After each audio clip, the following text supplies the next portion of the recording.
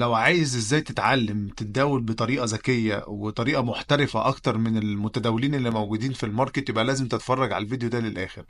لان الفيديو ده فيه نظرة عامة عن المنصات اللي احنا بنستخدمها في التداول وانواع التحليل الفني. انواع التحليل الفني اقصد بيها التحليل اللي هو التحليل الفاندمنتال او التحليل الاساسي، والتحليل التكنيكال اللي هو على الشارت نفسه. وهفرق ما بين ايه الاستخدام بتاع الام تي 4 والام تي 5 والتريدنج فيو. فالفيديو ده مهم جدا انك تركز فيه، علشان ده واحد من البيزكس في تعلم التريدنج او تعلم التداول بشكل احترافي وبشكل اكثر ذكاء. فالفيديو ده هيبقى فيه نمرة واحد نظرة عامة زي ما قلت لكم على منصات التداول، ايه الفرق ما بين الام تي 4 او الميتا تريدر 4 والام تي 5 او الميتا تريدر 5، وايه التريدنج فيو، وايه الفرق ما بينهم هما الثلاثة. وبعد كده النقطة التانية والأهم هي الرسوم البيانية والتحليل الفني. والتحليل الفني هنا أقصد بيه حاجتين مهمين جدا، هو التحليل الأساسي والتحليل الفني. إيه الفرق ما بين التحليل الأساسي والتحليل الفني؟ خلينا نخش الأول في مقارنة ما بين الميتا تريدر 4 والميتا تريدر 5. إيه الفرق ما بينهم؟ الميتا تريدر 4 هو إحدى منصات تداول العملات الأجنبية الأكثر استخداما تقريبا يعني، وبيقدم ادوات الرسوم البيانيه المتقدمه والتحليل الفني، وبيدعم طبعا التداول الآلي اللي هو اوتو تريدنج من خلال المستشارين اللي هم ايه الخبراء، وبيوفر واجهه سهله لاستخدام المتداولين من كافه المستويات.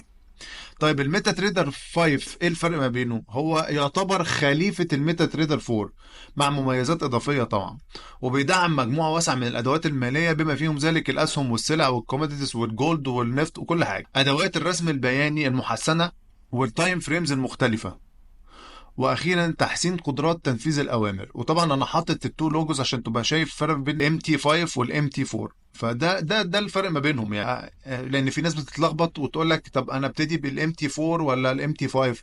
على فكرة انا عن نفسي هقدر شغال بالام تي 4 عادي جدا، ما عنديش اي مشاكل معاه يعني. بس حبيت بس اوضح للناس عشان الناس بتبقى عندها بس شويه لخبطه، استخدم ده ولا ما استخدمش ده، او استخدم ام تي 4 واسيب ام تي 5، ولا خليني في ام تي 5 وبلاش ام تي 4. فعشان تطلع بره الهاسل ده هي از نوت ا بيج ديل. بالنسبه بقى للتريدنج فيو، ايه هو التريدنج فيو؟ وانا برضو حاطط اللوجو بتاع التريدنج فيو عشان اللي ما يعرفوش، هو ليه ابلكيشن برضو على الموبايل، وهو طبعا منصه بلاتفورم اونلاين. فهو تريدنج فيو عبارة عن منصة على شبكة الانترنت مع عنصر اجتماعي، يعني في شات وممكن تتكلم مع تريدرز تانيين، فهو في عنصر اجتماعي او تواصل اجتماعي بشكل كبير يعني. وطبعا التريدنج فيو بيوفر ادوات التخطيط المتقدمة والتحليل الفني زيه زي الام تي 5 والام تي 4، وبيسمح للمستخدمين بمشاركة افكار واستراتيجيات التداول.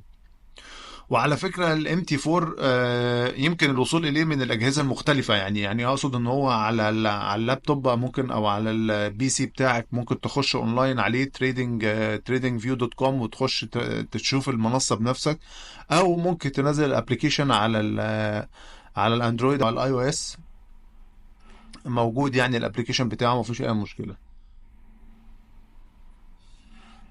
طيب هنخش بقى في حتة التحليل. وأول ما هتكلم عن التحليل في التداول، فأنت لازم تبقى عارف حاجتين مهمين جدا، إن في نوعين من التحليل مهمين جدا في التداول. التحليل الأولاني هو التحليل الأساسي اللي هما بيسموه بالإنجلش الفاندمنتال أناليسيس. وعشان تفهم كده بشكل عام إيه هو التحليل الأساسي، هو عبارة عن المؤشرات الاقتصادية. المؤشرات الاقتصادية دي اللي هي مثلا زي الناتج المحلي، الإجمالي، ومعدلات التضخم في البلد دي إيه. لأن أنت لو هترد أو هتتداول مع مثلا اليورو ضد اليو اس دي، فانت بقى لازم عندك شويه مؤشرات اقتصاديه، اللي هو مثلا عارف حجم التضخم قد ايه في يوروب دلوقتي، عارف حجم التضخم في امريكا ايه دلوقتي. كل دي معطيات بتخليك تبقى عارف اتجاه السوق شويه، عشان كده ده اسمه فاندامنتال اساسي.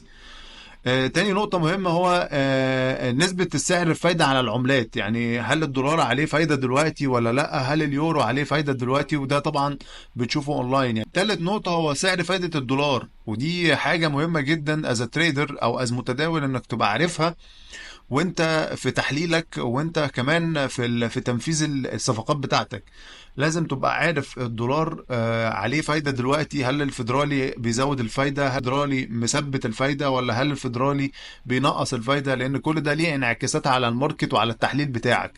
فدي حاجات من الحاجات الاساسيه جدا في التحليل. وطبعا في الاخر بيبقى فيه تقرير الارباح واخبار الشركات اللي بتطلع في بورصه لندن وفي بورصه نيويورك، طبعا على حسب العملات او على حسب الستوكس.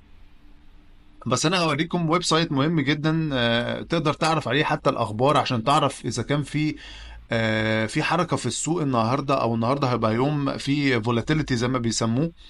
آه، هو موقع اسمه فوركس فاكتوري، forex factory.com. فوركس فاكتوري هو موقع بكل بساطه كده بيجيب لك زي ما انتم شايفين كده كل يوم ايه الاخبار اللي موجوده فيه. انت ممكن تشوف الاخبار يعني يوم الاثنين هيبقى فيه اخبار ايه، يوم الثلاث هتبقى الاخبار ايه. زي ما انتم شايفين هنا مثلا يوم الثلاث ده مثال يعني، ان في اخبار على الجيبيا، على الين. فين ده اللي هو متوقع انه يبقى فيه في الخبر ده او اليوم ده ان الين يتحرك بطريقه سريعه وطريقه اجريسيف شويه. فده من الويب سايت ده بتعرف تعمل زي تحليل كده اساسي، ايه الايام اللي هيبقى فيها فولاتيليتي عاليه، ايه الايام اللي هيبقى فيها حركه عاليه جدا، خصوصا لو الايام دي بتبقى جايه في افتتاح بورصه نيويورك او افتتاح بورصه لندن. فمهم جدا وانت في الفاندمنتال اناليسيس او في التحليل الاساسي بتاعك تبقى عارف ايه الايام اللي هيبقى فيها اخبار. عن طريق الويب سايت بتاع فوركس فاكتوري تقدر تخش، طبعا مع كم معلومه تانية اللي انا قلتهم قبل كده، سعر فايده للدولار قد ايه عامه. ده بتبقى يعني كل شهر بينعقد الفيدرالي ويعلن عن موضوع الفايده، فلازم يبقى ده برضو في حاجات الاساسيه اللي انت تبقى في دماغك وانت بتتداول. طبعا لو انت مركز على اليورو او على الباوند الانجليزي، فلازم يبقى برضو عندك شوية أخبار عن البلد نفسها. يعني هل في إنجلترا دلوقتي في معدل التضخم بتاعها إيه، الحالة الاقتصادية بتاعتها إيه، تبقى بس يعني عندك إيه خلفية بس عن الأوضاع هناك، بحيث إن ده برضو يبقى إيه في دماغك و... وأنت بتحلل التحليل الأساسي بتاعك. بالنسبة للتحليل الفني، التحليل الفني بقى هو تحليل على الشارت نفسه، ده اللي هنخش فيه بقى ديب ديتيلز في الفيديوهات اللي جاية. وهيبقى فيه كذا موديول ازاي نابروتش بقى التحليل الفني، وازاي ايه النقطة اللي نخش منها ونستهدف انهي نقطة نخرج منها. علشان نخش بقى في تفاصيل اكتر، فلازم برضو يبقى عندنا شوية كده انبوتس نحطها في دماغنا، ان الكاندلز او الرسوم البيانية الشمعدانية والرسوم البيانية الخطية والرسوم البيانية الشريطية من التحليل الفني. من البوينتس المهمة فيه جدا هو البحث عن السيولة على الهاي تايم فريم، اللي هو على الشارت الديلي او الويكلي، او على اللو تايم فريم اللي هو شارت الساعة والنص ساعة والربع ساعة والكلام ده كله. وكل دي حاجات كلها تكنيكال اناليسيز يعني هنشوفها مع بعض.